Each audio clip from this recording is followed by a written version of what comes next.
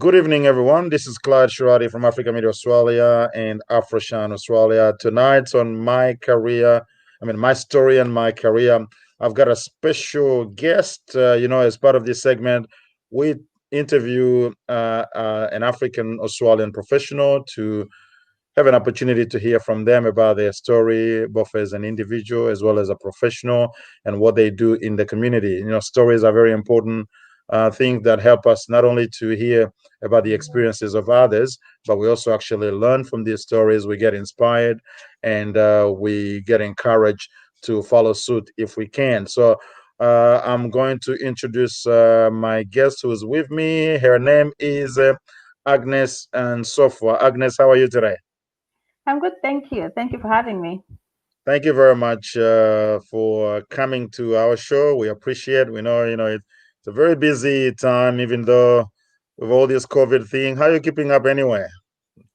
For us, we started this, and I'll tell you about my story. We started this in March, so nothing has really changed. So we've been in lockdown since March because of our situation. So, but Yeah. it just means that most of the family members too, most of us will be in lockdown. Yeah.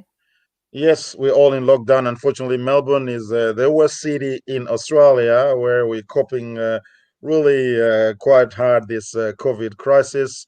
We're hoping that very Mm. soon we'll come out of it. But in the meantime, we just have to deal with it the best way we can. So, Agnes, I know you've got many hats, but I'm trying to summarize for our audiences. Perhaps I give you the opportunity to talk more about yourself. But I know Yeah. you are a registered nurse, data analyst, and you are a sickle cell advocate. Is that a fair description of who you are? Maybe tell us a bit more. Yes, pretty much. But into that, there's also I've also wear an accountant hat. That's my previous profession before I came to Australia. So yeah, Oh, so a banker. I've been a banker before as well. So so many that's hats. But at the moment, I think that would sum it all. that's good. Well, let's find out more a little bit about yourself. You came to Australia when, from what country, and how did you see things when you arrived? So we came to Australia in 2004, and for us, I think 2001, between 2001 and 2003, we traveled the world. We went to the UK, we went to America, and my husband then was doing some online studies. And I think we decided that he should go into full time study. And initially wanted to go to South Africa, but for whatever reasons, we said let's go to the UK. And somehow we don't, you can't even remember who actually encouraged us to come to Australia. So that's how we found ourselves here to come and study initially, and that was 2004. And before my husband could finish his studies, somebody again, I can't remember the story, they said, look, if you want to stay here for a while, you can do that. So we decided that after he finishes, I should also finish my studies. At the time, I was doing SCCA. So we Mm. decided to actually also that after I finishes, I go into school and then we go back home. But here we are, almost 17 years later, we are still in Australia. So things changed along the way. Well, things change along the way, and you got to adapt to change. You can never plan your life like a mathematical operations. I Things know. things change a lot. So, when you arrived in Australia, what was your first impression? Obviously, this is kind of a weird country, isn't it? Or maybe from where My most of us first, come from. yeah. So as I told you, we traveled the world. We went to the UK and we went to in America within a 4 week space. We spent 2 weeks in America and 2 weeks in the UK. And we came to Australia in Perth, Western Australia. And my first Mm. impression, I was like, what is this? Because we passed through South Africa at Johannesburg, and I was like, oh my God, look at the airport. Johannesburg is better than Perth. And then we traveled Mm. through the suburbs going to where we're supposed to live. I was just like, oh my God, this looks like some places are even better than Zambia. Like, especially after traveling for 4 weeks in the UK and in America, my first impression of Australia, it wasn't good. For a while, it wasn't good. But comparing to Zambia, after we settled down, then we realized, there was advantages and disadvantages. But my first impressions were not so good compared to the other countries we had been to. Well, I suppose you have seen change of mind about Australia, haven't you? Yeah, yeah, definitely. All right, so let's go into a little bit of your career now. You came, and how did you find your first job? How easy was it? We know that the that experience of finding the first job in Australia for many African Australian is actually a very difficult one, and one from which we learn quite a lot. Tell us a bit more about your case. Yeah, so our case, when we came in, we asked our some agents to help us come to Australia, and they told us, they looked at my qualifications, my husband's, they're like, you'll be just lining up for jobs. There's so many jobs in Perth. So, we came with that um, busy, like, we are lucky, we're going to go as students, we'll be able to find a job. And then reality hit, we started applying for jobs. Most of the time, we never even got a response. Most of the jobs that we got response, they were telemarketing, anything to do with sales. And for a while, we just said, oh my God, we are international students. What are we going to do? Nobody could recognize our experience. My husband used to be a tax auditor in the Zambian tax office. I used to be an inspector in the Zambian tax office with an accounting background, both of us, and we could not ever land a job. And when we spoke to people, they said, look, all these white collar jobs, and I think that's a mistake we made, I guess. They said, no, you can't. The jobs you can do here, either work in the shops or going to aged care or work in the chicken factory. So and for me, I was just like, it's either, because I went back to my ticket. We bought a return ticket. I went back to my ticket almost 4 times, wanted to go back home. We had a good life. I had a good job, but I had to look at the positive as well. I was supporting my husband who came to study, and so I was ready to do anything. I decided, okay, forget about the ticket, and I went and worked in aged care. And my husband found work, I think, in the chicken factory or something. So that was our first paying job. But then thereafter, I realized that if you had applied for through the agents, like working in the banks or any other place, it was going to be easy. And so a Mm. few months later, I think a year later, I managed to get a job and started working for Westpac. But the response or the advice we got from people who came before us was just either aged care or these other jobs. And I did work in aged care for a while before I actually went and started working in the bank. Okay. And how did it go with your first job? Did you stay there for a while, or did it just take a short while before you moved on to another job? So I stayed on in aged care for a while actually, and because I'd never done anything like that in Zambia before. Initially, I was just doing it for the job, but I realized that I was enjoying my job, not so much, other things, but just the people that I was meeting, the stories. And I set into aged care, I think, on and off until I decided to actually go into full-time registered nurse.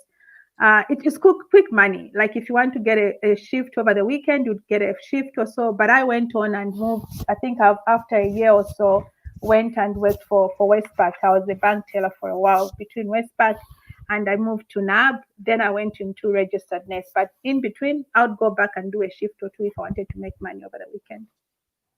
And how was it for you to adjust into the Australian workplace and work culture? It's obviously a Oh, different culture from where most of us come from. How did you adjust? it was difficult initially to sort of interact, and I think one of the things that really shocked me was the language. There was no seriousness. The work, there was no, I don't know, maybe it's just because my first job, there was no that professionalism. The language, sometimes I'll just, like, I can't believe I'm hearing this, or The swearing, is that what the you word. mean? No, sorry, just the language, like, the, Okay, you couldn't yeah. hear the accent, No, no, the slang. the some of the slang and some of the Okay, the f bombs, if you can say that, at work. yes, Yeah, yes. I was just like, I can't believe that they can allow people to speak like this at work. So for me, that professionalism wasn't there, and people just would speak like you're at home, you're like you're at work, and so that really surprised me how people would interact at work, even if you are doing actual work, not just at lunch or something. Just the way they would portray themselves, the sort of words they would come out of their mouth. And I was just like, I can't believe people are saying this at work. So yeah, that was something that I got shocked. And Okay. even up to now, I would look like, I can't believe you just said that at work. So, but I got used to it. And now I You get got used used to to it. it. I'm just like, you know what? Don't mind me. Speak your mind. Okay, good. And have you ever come across any instance of racism at work that affected you in any way? So, the thing about racism, I looked at this question and I was like, it's very difficult to point out. White collar racism, and where you just think that you're not rising, you can maybe, if you call it that way, then yes. But then I'm one person who stands up for myself. And, I think sometimes this lands me in problems. If I see something is not right, I'll speak up. So I've never experienced some form of where I can feel that somebody's treating me because of the color of my skin, like outright. But I could tell between the lines that, if it was the other way around, even something that I'm doing right now, I can tell that if it was the other way around, then things would be different. But then for somebody to say it outright that I'm doing this, I can't really say. And because if I see that something is going a certain way, I speak up. For me, I always stand up for myself, and it doesn't matter whether I'll go to the top person in the company. I'll always speak up for myself. So maybe that's why I haven't really faced that much. Okay. And what would you advise sort of some younger professional or younger person, or not, maybe not even younger, but just another person coming into Australia and having to go through some of those experiences that you've gone through? I think the best thing I always tell even my kids, I'll just say, stand up for yourself. If you see that something is not right, speak up. It doesn't matter whether it's yourself, if it's something happening to somebody else. Speaking up has been something that has been instilled in me from the time I was young. I guess my dad always used to tell me to speak up. I used to be very small at school at times, and people would pick on me, and my dad always told me to speak up. And so I've grown up to point out if something is not right, I'll always say it. It doesn't matter whether it's for myself or for somebody else. And I've told you that I do run into problems because I speak up. So I think speaking up, and also for those people that are coming in, you're going to see that it might be something different that you've never experienced before. But yeah, I guess standing up for yourself is the number one key. And there's always a lot of politics at work, workplace politics. Oh my How did God. you Yeah. Oh my how God. through your career, how have you been dealing with all that sort of thing? I try not to sort of get involved when I see, but again, if it's something that affects my way of doing my work, I will definitely. I don't care how many pages I'll write. I'll write an email to point it out. But my previous job, I liked that I never used to stay in one place. So I used to work between 5 sites, and I'll just Hmm. be me and do my work and don't get myself involved in the workplace politics, especially in the aged care place. Oh my goodness. There's so much politics that I can't even believe how petty people are. Sometimes I'll be just like, I can't believe this is happening. But I tend not to involve so much myself if I'm just working from side to side. But if Hmm. it's something that affects my job, and yes, then that person will know that no, Agnes will definitely come back and speak up for herself because that's what I That's good. But do. it is through the workplace politics that sort of promotion are kind of negotiated, and people, you know, tend to do better. Those who get involved in the politics of it of the workplace, but withdrawing completely, it doesn't give you sufficient chances of promotion, does it? It is a catch 22. It is a catch Yeah. 22, and you'd want to be all this nice person, but then for me there's also that just inside me that just doesn't feel right, especially to dob in somebody else because I want to be favored. For me, that doesn't work. And if somebody comes to dob in somebody, I just shut them off. Like, but I've seen that maybe that's why other places I had to just say, you know what, I can't do this anymore and leave because I've seen places where you actually even more experienced, or you're doing a certain job, exactly the same job as somebody else, and yet somebody else is recognized, or somebody else is awarded doing the same kind of job. But I think I'm one person who really, I don't know, I think because I've got a passion of something that I've got total control of, it doesn't really bother me. But I've seen that. I've seen that in other places where I've been doing the same kind of job, and another person will do the same kind of job, and they are awarded or they are recognized. But it's okay. It's life. Well, it's okay. It is life. Yeah. Now, in terms of recognizing your skills, because we tend to see a lot of people who come to Australia with a lot of skills. Often they are overqualified for the job that they have. But even with that, they tend to have difficulties making any inroads in terms of climbing the ladder of the career position, and they sort of settle in that sort of Yeah. area. They don't do much to go further. What would you say about that? For me, fortunately, I've seen this for my other close family members. I've seen that they're very qualified, trying to change careers here and there, but they can't, obviously, because of their name. I've seen this before where people that I know have changed their names. Sometimes they'll even get an interview based on their name. But I've seen other people that, they're overqualified, or they can't land a certain role. But fortunately for me, I've been in as a nurse.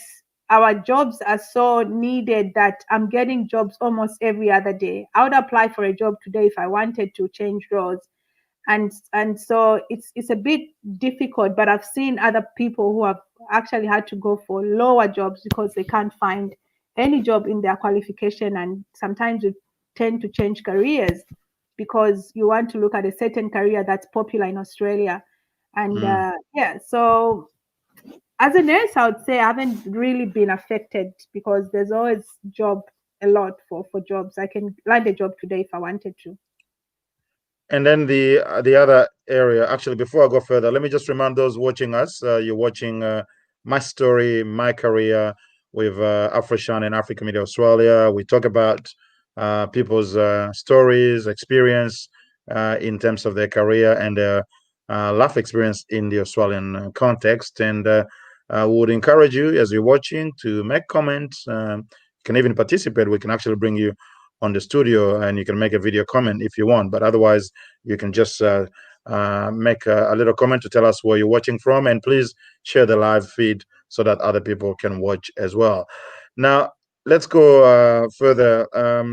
We also tend to see there's limited entrepreneurship in the community, even though it's starting to happen now, and whether that is social entrepreneurship or business entrepreneurship, there seems to be a bit of a change, but in general, people don't seem to take that extra step to go from just being employed to starting their own business, or setting up a not-for-profit organization that is able to sustain them at the same time as they are contributing to the community. What's your experience in that area? And we'll talk about your involvement with sickle cell a bit later. But in general, what would you say about that? What I've seen is, I think in the recent years, things have really changed. People are taking up that bold step to start their own startups or different companies, and that wasn't the case. I think when we started, I knew we had a few friends here and there who started their own business, and I think it wasn't something that I saw those years. For us, we haven't really thought about starting our own business years back. We didn't think about that, and I feel for me, it's just that breakthrough that you have to have at the back of your head. Like, how do I penetrate this market? How will people look at me being somebody from the African background? How will they take me seriously if I go into a certain business? There's also a competition in that, depending on what area of business that you are going into. So I feel that would be like a drawback for some people, but also depending on the market, you have to decide what sort of area you would go for. And yeah, so I haven't really thought about doing serious business until recently. Somebody has encouraged me to do something into the nutritional supplements. But yeah, before it wasn't that common. But I'm seeing a lot of Africans coming up with different businesses, and I think it's working for them. Okay, and did you think that sort of slow take up of business entrepreneurship is due to the fact that people don't have much of that culture, or is it the context in Australia that makes it difficult, or what's the even though as I agree, as you said, things are starting to change, but the take up is still quite slow. What's delaying that acceleration, so to speak, if that would like to see?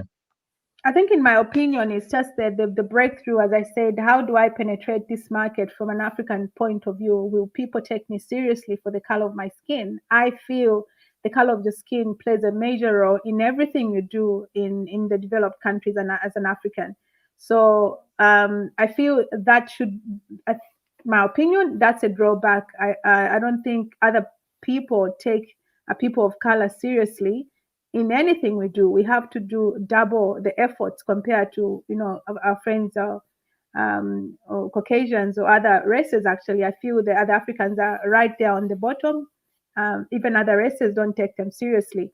So yeah, I think it's a drawback to be taken seriously. And also, will people buy my stuff? Will people be able to engage with me? In this Mm. competition, like where do we even start from? So it's really a challenge. You have to work double, if not thrice, compared to the other person next door if he's a white Australian.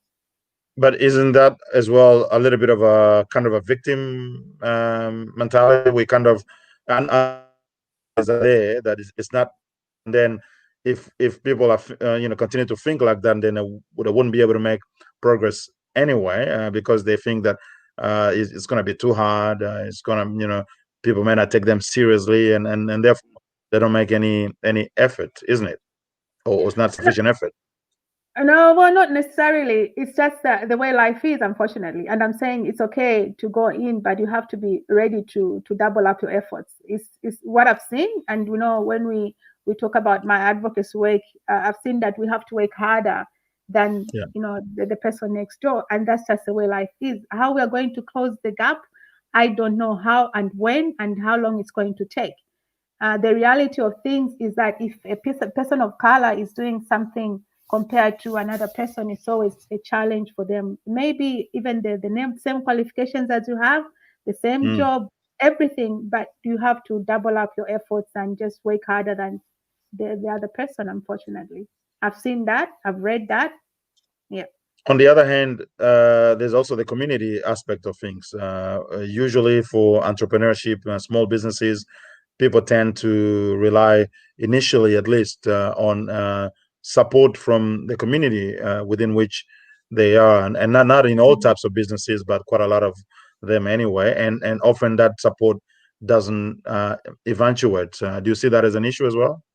Yeah, unfortunately, that's also an issue that within certain communities, the support is lacking to support one another. And I think that's where we should start from. If anything, there are other communities that support themselves very well. I've seen, other places. I was trying to bring up something to do like a directory for a certain group, so that, because I've seen something before, like in the Turkish community, they've got a directory where they promote their own businesses, and but other communities, unfortunately, it's difficult to support one another. That again starts, I think it should start from us to support, our initiatives, and it's difficult. I've seen that the support is lacking in different communities. Yeah. All right, definitely. But then when you look into the social entrepreneurship area or the charity or advocacy area, there's a lot of activity in that area. I think there's even some, I would call it an inflation of organizations initiated by African. That's because a lot of people actually, very honestly, want to be able to make a difference, even though there are a doubling of organizations that could potentially do the same The thing same and do thing. it better.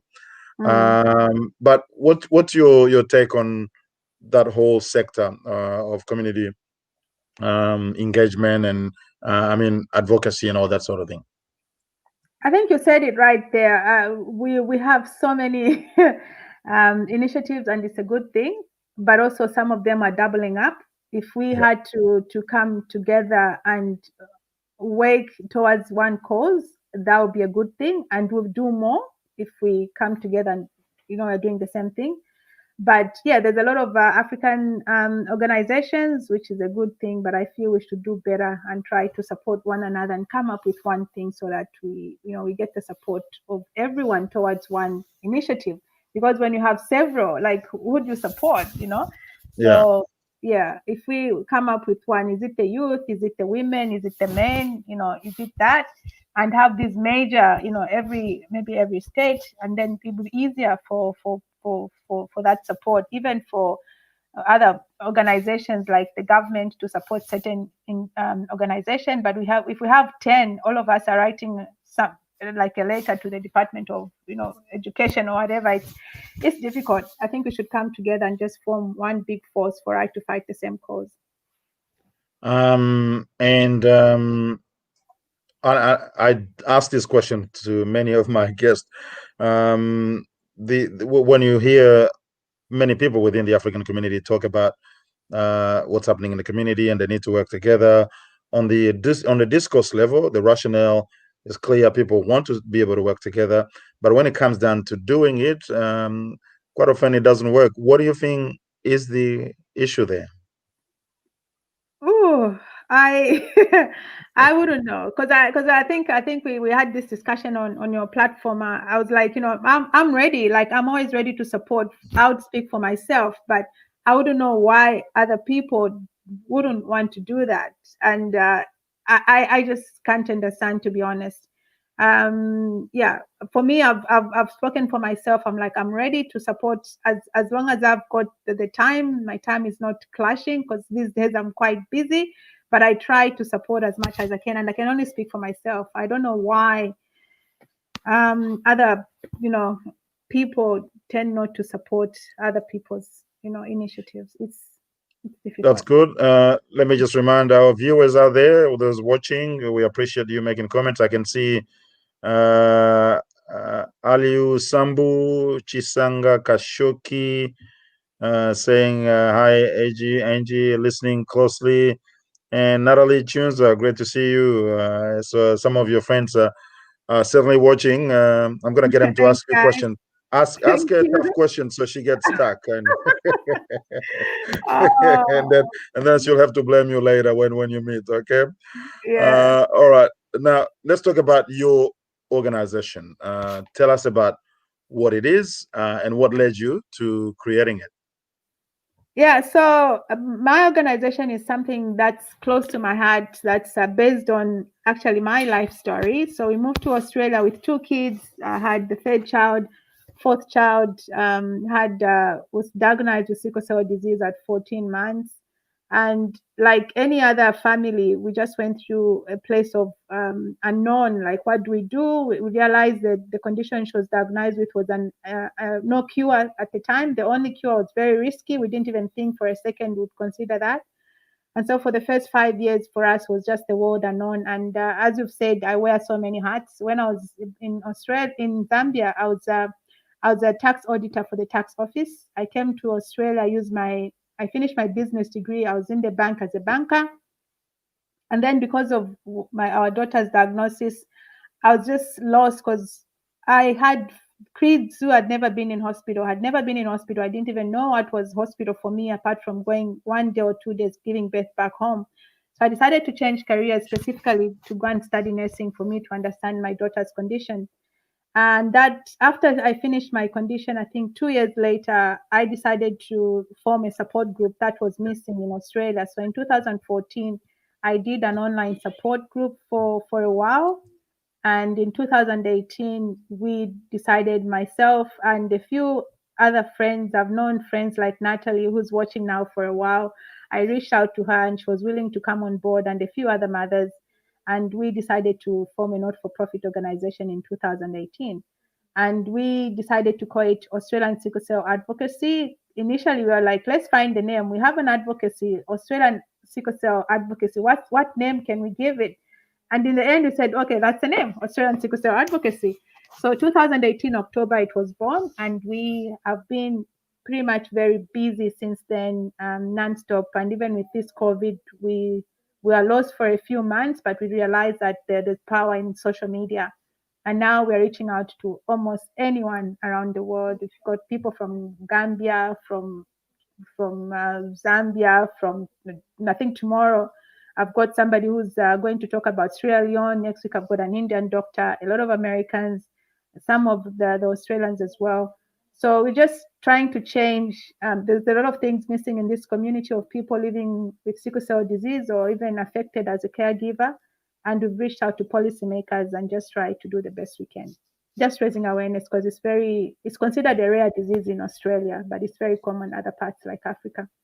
Yeah, that's what I was going to ask. I think in people in places like Australia and much of the Western countries, they don't know much about sickle cell. It's not all that common, but in Africa, it is. So it's a blood disorder type of disease, Yes. or explain.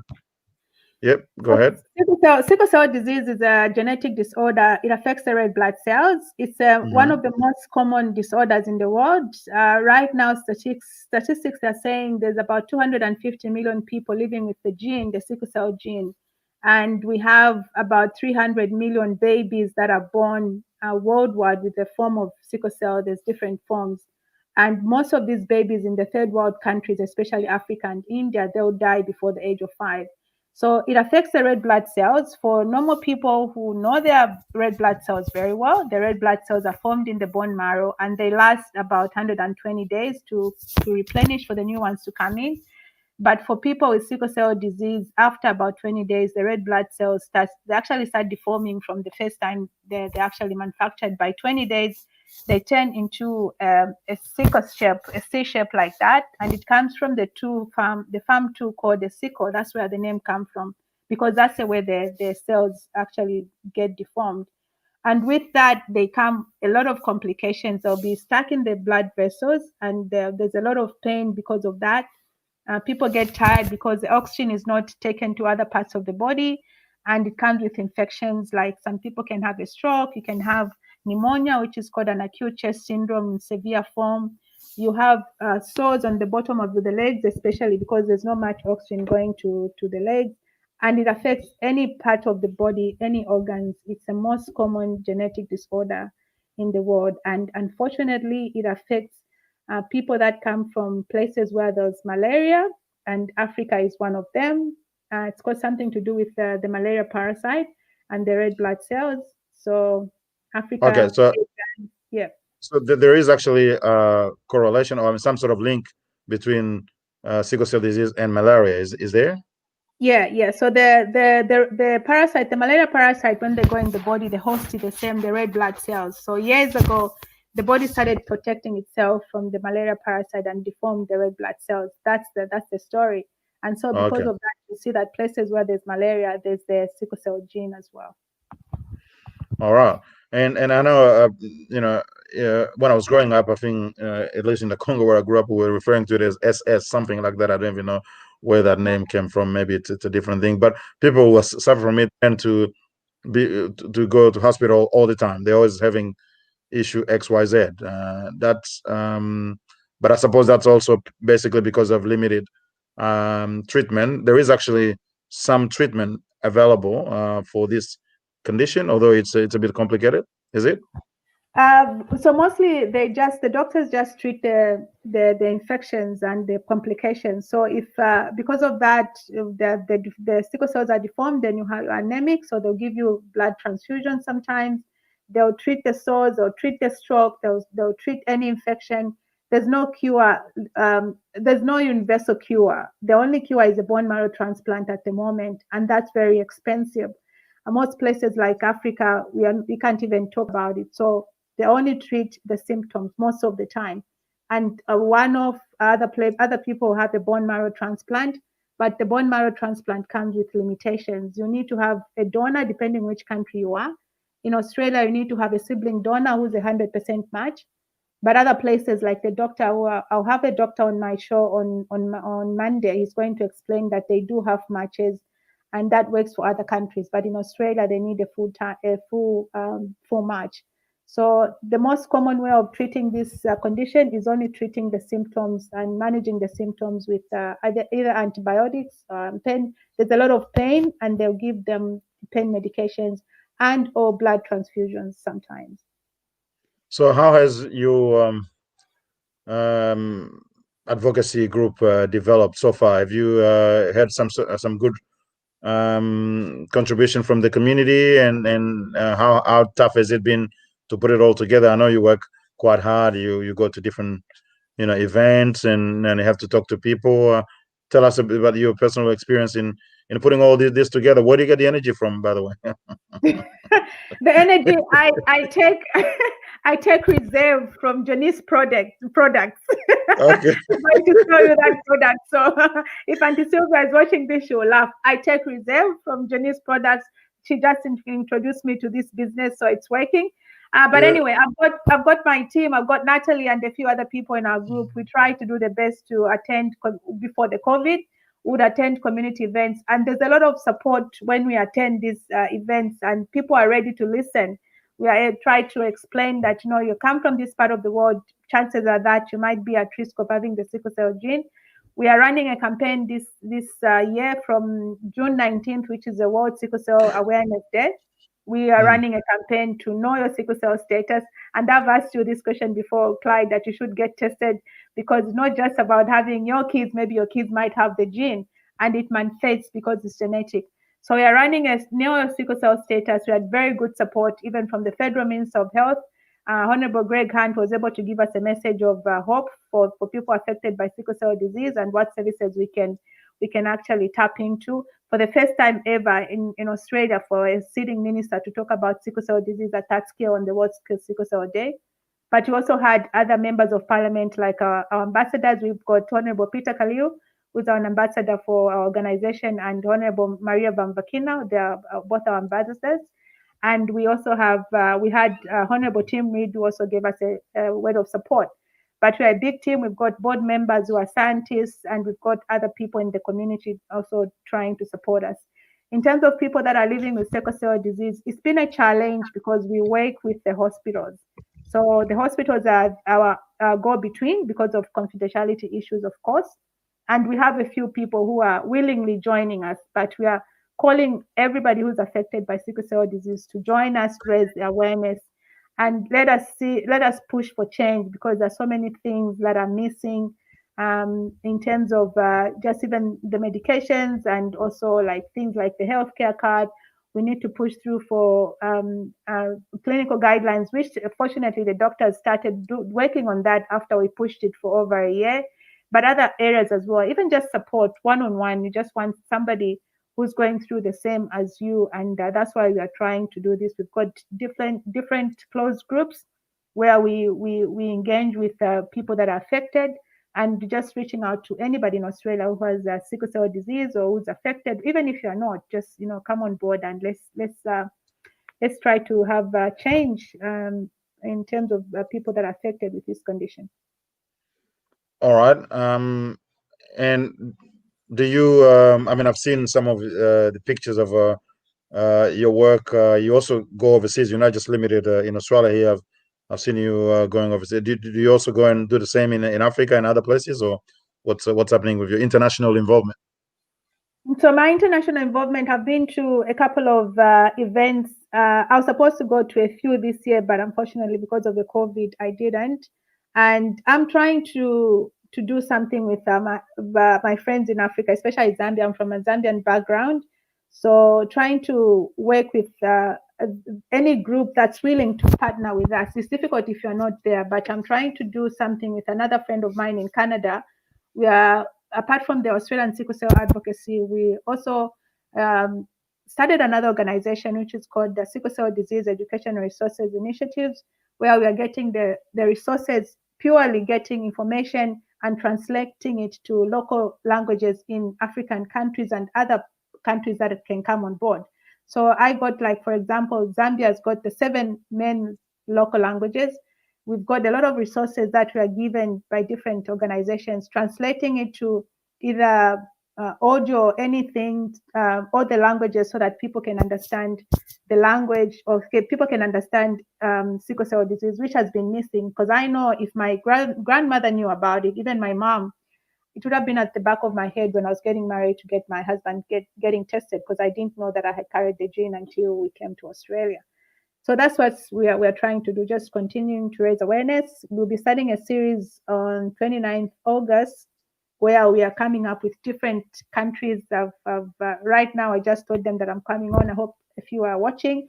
So I've got friends from South Africa, Zimbabwe, Gambia, Ghana, the UK, in America, Nigeria, and we are coming up just to talk about raising our voices to amplify the sickle cell voice. So I'm just using, the platform that we have to encourage people to talk more and change the sickle cell voice, because this disease has been neglected for so long, unfortunately. All right. One of the viewers, Tiona Woolworth, said Woolford, sorry. Wolford, yeah. Woolford, you probably know her, I'm assuming. It says, did you learn a lot about sickle cell in nursing school? Here in the USA, it's hardly touched on. No, I didn't, unfortunately. But every time I had a chance to pick a topic, I would either pick sickle cell disease, I would either pick, I did a study on hydroxyurea, but it's never mentioned, like, a topic. It never, but I always kept reminding them while I was at nursing school, and I used to encourage talk about it, but in the curriculum it's not. And for us, that's something that we put on our objectives, to reach out to nursing schools and try to, even the doctors, to put this in the curriculum.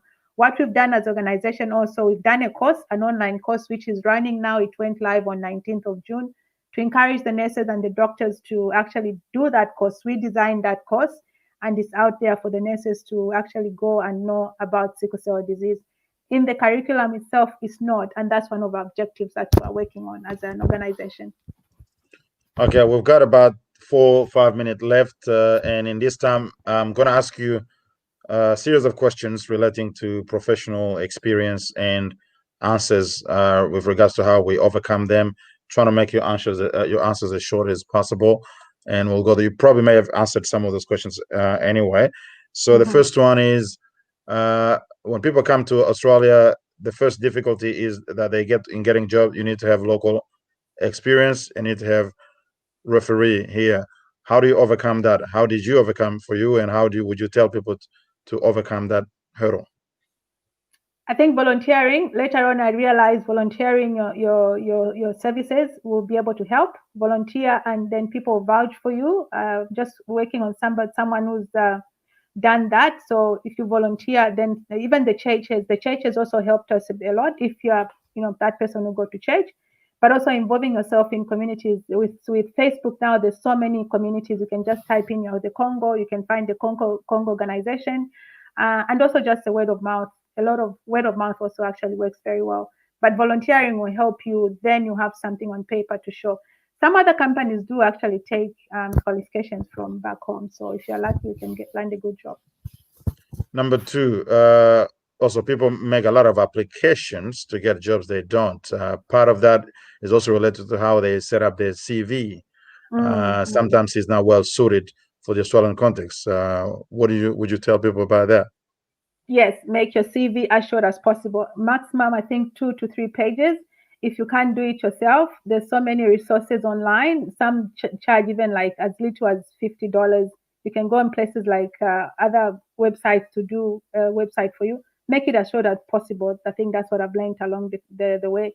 Don't make it 5 pages. Some people are not interested to read all that. 1, 2 pages is enough. Number three, when people get the job, often they don't seem to quickly get into, to integrate the work culture. They tend to stay a little bit away from that for quite long, and sometimes too long. What do you tell people to do in that sort of context? I think engage yourself. Try to learn. That's the only way you're going to learn. Make a lot of friends at work. Try some people it's difficult. For me, it's not.